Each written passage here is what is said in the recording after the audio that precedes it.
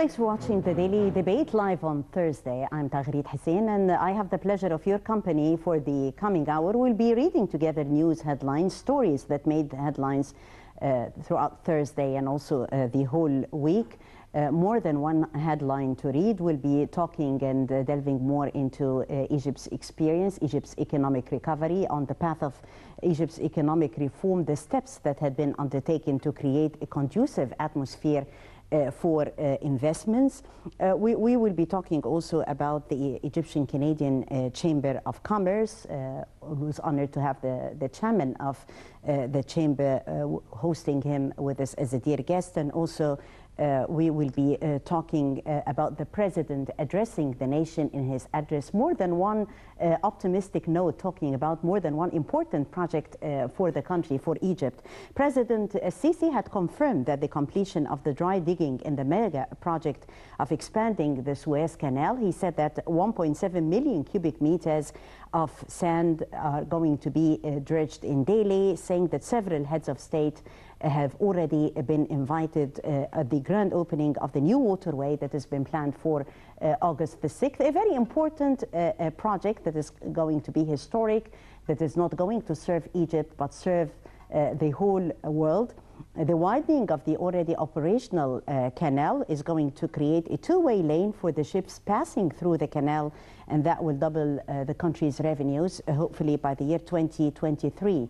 The president also said that 3,200 kilometers of road are going to be finished by August. So Egypt is working also on upgrading its infrastructure and also the housing. There are great achievements in that sphere as well. So the economic reforms for the country had started to bear fruits. The government is working around the clock in order to create an atmosphere which is conducive to investment.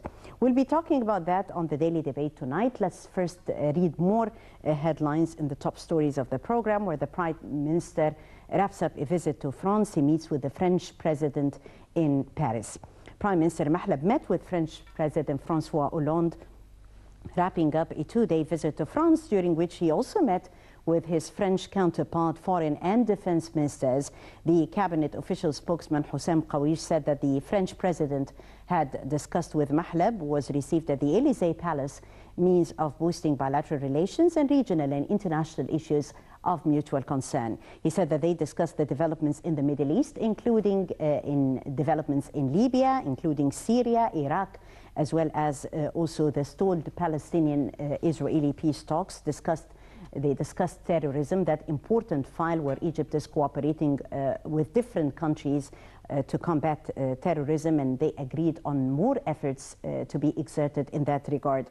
Earlier, in a separate meeting between Prime Minister Mahlab and the French Prime Minister, both had discussed bilateral cooperation and following up on agreements that had been signed with the Egyptian and the French ministers of infrastructure, of energy, of aviation, as well as transportation. A very important visit that was paid to Egypt by the UNESCO Director General Irina Bokova, the chief of the UN's Education and Cultural Agency, had launched a dramatic appeal in Cairo, saying that the destruction and looting of the archaeological sites in the region, as the rampage that has been perpetrated by Daesh in Iraq, should be condemned as a war crime.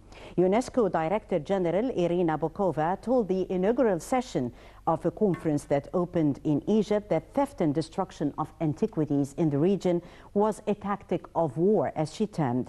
The conference was held in response to the destruction of ancient temples, as well as artifacts in Iraq by Daesh, as well as the looting and the smuggling of antiquities in Iraq, in Syria and Libya. Bokova had stressed that the stakes are high, adding that the destruction and looting of the archaeological sites and museums have reached unprecedented levels. The destruction of the cultural heritage, the cultural cleansing, is also being used as a tactic of war to terrify populations and to finance the criminal activities and to spread hatred.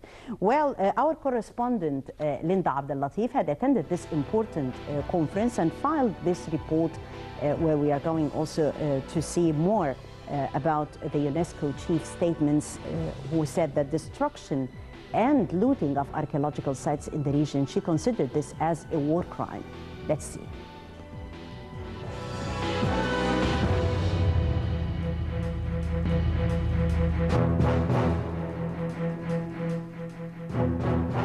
aim of sending a message to the whole world to protect cultural properties, an international conference was held under the title Cultural Properties Under Threat. The conference focuses on a number of topics concerning cultural heritage and means to protect cultural properties in different parts of the world. The conference was held with the participation of heads of international organizations concerned with protecting heritage. That's besides the participation of Arab Ministers of Antiquities and UNESCO Director General Irina Bokova. We take a great responsibility. I personally feel a sense of responsibility for protecting of heritage, especially now when we see that extremism is looting, destroying, bulldozing heritage. I will be launching a campaign today in the Al-Azhar University. The message first and foremost is that heritage belongs to the people of Iraq, to the people of Egypt, to the people of Syria. Young people should be involved into this, and then of course it belongs to the whole of humanity. The conference also tackled the negative economic and cultural impacts of the looting and destruction of archaeological sites, and in that sense this two-day conference aims at unifying efforts to face the threat. There's a crisis in the Middle East, and our goal is to raise awareness of this problem and explain it as a political issue. It's not something that you can solve by being a better archaeologist. It's something that requires the political will of countries and raising awareness of those who are potentially purchasing these items and helping them understand that they are even inadvertently supporting terrorist causes.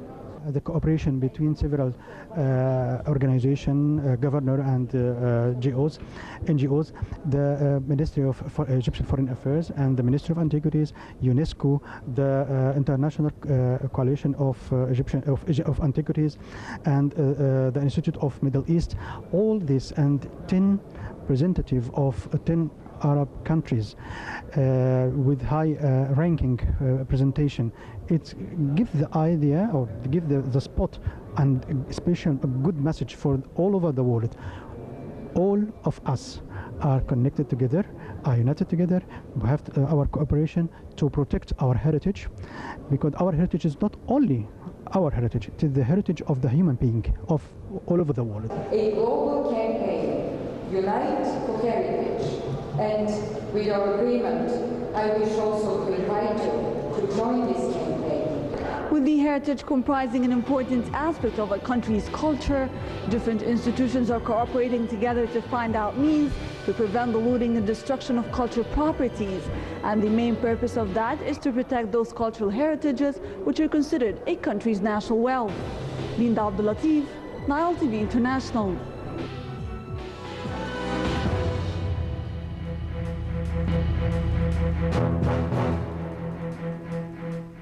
We're back and you're still watching the Daily Debate tonight. Well, in the President's address to the nation that was 2 days ago, the monthly address to the nation, the President was keen to share with Egyptians more about the efforts that has been exerted to combat terrorism. So this file has been opened, and what are the current efforts vis-a-vis drying up the sources of terrorism.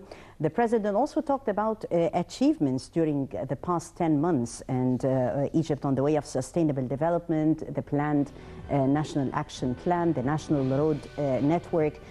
Also, part of the foreign policy was discussed during the speech, which is Egypt's relations with Africa, a very important milestone that Egypt has witnessed signing of agreements with Sudan and Ethiopia, and this is a very important step that reflects Egypt's policy that is geared towards a sense of cooperation and a sense of openness with Africa. Sisi said that all the state bodies are working for development. The following reports highlights the core of the President's monthly address to the nation. Let's watch.